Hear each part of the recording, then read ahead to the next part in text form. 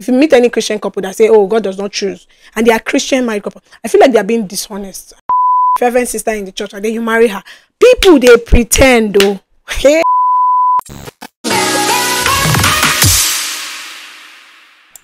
Welcome to 40 days of following God's will. Today we're talking about marriage, relationships, Probably going to do more than 2 videos talking about relationships. But yeah, let's talk about relationship. First question, does God choose who we marry? And this is very, very much in line with, following God's will. That we talk about, oh God, I want to follow you. God, I want to go in your way.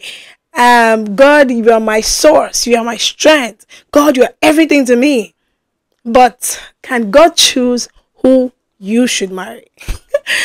So I think that when people have this conversation, it's usually biased. Why?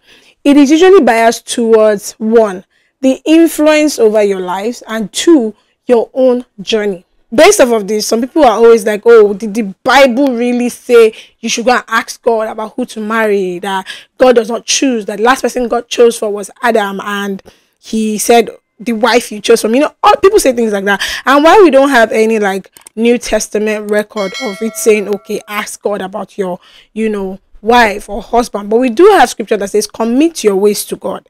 And if you now say, oh, God did not ask us to ask about husband or wife, that means that you can also say God did not say we should ask about the kind of job to take, or God did not ask us to be asking him about, our purpose. God did not say we should ask him about this or that.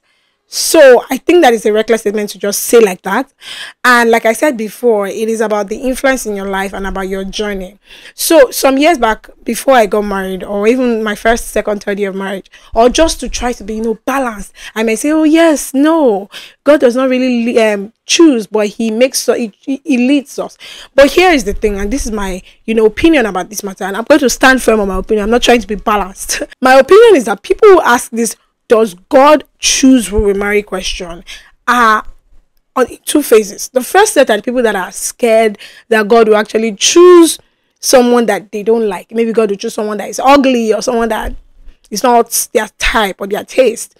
And second set are the people who feel like, oh, maybe there is a D1 somewhere and they don't want to, they want to understand, is there one person for you? Because some people actually have that mindset that there is a one person. Now there's a third category. Third category are the ones that have been scarred by this God said you are my wife, God said you are my husband, thing, and it just annoys them. So I understand. Some other people are just people who are just rebellious and like, I mean, I leave all those Christians. This video is for Christians. Let me even first say that this video is for Christians. So I want to address the first set of people who feel like, oh, it's about, maybe they are scared that, if they succumb and they submit to the God chooses, argument, then they are saying that if God gives them someone, even if they don't like the person, even if the person is a bad person, they have to marry the person. But no, that's not how it actually works.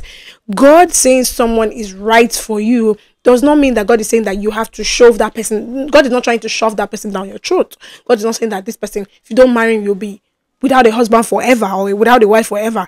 No, God is simply saying that, since you've asked me, because before God can say someone is your wife or your husband, primarily, I feel like you have to have gone to ask God. Right? You have to have presented the matter before God, and that's why God is now telling you. So primarily, God is saying that this person is your prototype. There is no D1, and I hope that answers the second set of people. There is no D1 for anybody, because the fact is that there is no one person that was made for one person. Right? You can marry any believing child of God depending on your assignment.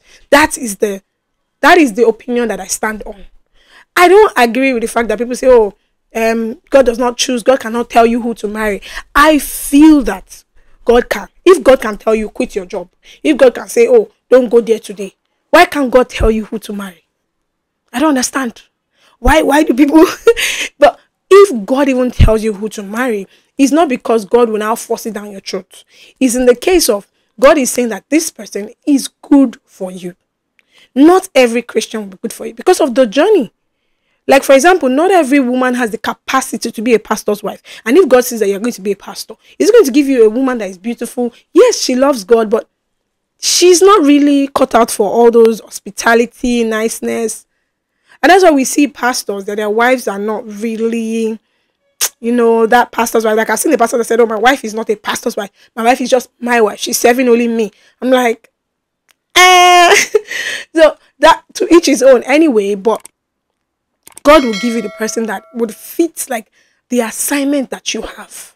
If you are someone that is living on purpose, on assignment, you can't just marry anyone. You can't just say, "Oh, she's a fervent sister in the church," and then you marry her. People, they pretend though. Hey, God. I hope you know that people can pretend and act nice and, act churchy. In fact, if you go and visit them in their area, they'll say, they are nice people. They're everything. When you now marry them, if you're not living with someone, you can never know their full character. I always tell my husband that it's only me that can tell people your real behavior. It's only me that can tell people if you actually pray, if you actually study the word. You will marry someone that looks fervent outside. When you get home, you now say that person has not opened their Bible in 1 week. You go to trust human being. You are saying you don't need God. Ha! Oh, dangerous. Very dangerous. And this is not even like no cap. It's very dangerous to just say, "Oh, God can't lead me." Like, if you are living on purpose, if you're living by the assignment of God, if you have seen times in your life where God directed your path, you can't say that God can't lead you to a wife. Now, the mindset around God choosing for people is why people are always skeptical about it. But I stand on the hill that if God can tell you, go to a particular church, serve in this particular ministry, if God can hold you down in a particular place, God can also show you and say, yes, this person is the one you should choose. Does this mean that if the person now start having coconut head, person start doing things that are not supposed to be done, if the person refuses, that's the vulnerability there of God. Free will of man. If he tells you this person is your wife, and then you now go towards her and you say hi, you start building. That's the problem of Christian boys, Christian men. Let's talk about that one. Christian men don't have steez. They don't have reeds. They don't have anything. They just want to come and tell you, "God said you're my wife." Honey, that's not going to work. In fact, some days back, I still heard a story.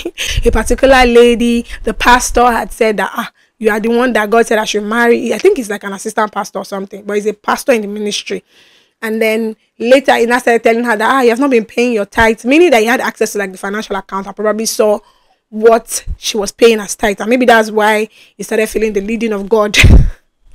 So I feel like, you see what I'm saying, you have to pray. You see, even pastor, they do funny things. So if you are there saying, I don't need that, it's just about, if he's a child, as long as he's a child of God, it's okay. It's a lie. As long as he's a child of God, it's not enough to marry someone. Because not everybody is really a child of God inside. Some people are still, God is still healing them in some things. Some people are going to slow down your journey. The place you are going, you need a specific kind of person for it. There is a prototype in the spirit. And people, like when you think about it, even in the worldly setting, right? When your friend starts dating a particular person that has not been the kind of person she dates, or the person that is good for her, maybe she's very quiet, very simple, she doesn't like fraternity, then she goes to date a guy that likes going to the club, that like, yourself, you'll be like, something's not right. Why are you dating this kind of person? You would ask questions because you'll be surprised. It's the same thing. The way people in the world have types. If you're not a club person and you get married someone that goes to the club, you people will get married and the person will be going to the club alone, and you'll be saying, "Well, I'm tired," and that will cause problem. So it's the same thing. Like Yoruba people say, water. So you have to follow your kind, your type, and you can know that by the spirit, not by physical eye. So it's important to know that yes, God can lead you to something, but not like you go to the person and say, "God said," It's just showing you that it's just the same way as when God says, "Oh, this company, or you get a job there." You won't go to the manager and say, "Manager, God has said you are my boss." No, you would apply, because now you are applying in faith because God has given you a word. A word is now backing you up. Same thing with the lady. You apply, then you apply in faith because God has given you a word. You now know, okay, God is in this. It will work. People who say that, maybe married people. If you meet any Christian couple that say, "Oh, God does not choose," and they are Christian married couple, I feel like they are being dishonest. Yeah, that's just my mindset, because this is the thing. I feel like if you look back on how you met, how everything worked out, even your wedding plan and everything, if you are like a great Christian couple now, you will see divine providence. You can't say that the hand of God was not in it. I refuse to agree. I refuse. And if I'm wrong, please leave a comment. If you feel like God did not lead you, you just chose based on your intellect, based on your love, and it's working for you, let me know in the comment section. If you're a Christian couple, I want to know because I refuse to agree. I feel like if you're truly a Christian that is working on purpose, working with God, you would have sought out God at one point or time. So yes, maybe everybody will have different journeys, right? All of us can't have the same stories. Some people may be in the beginning that they sought out God. Some people may be in the middle, but you have to have sought out God. You can't just marry without asking God. It's somehow.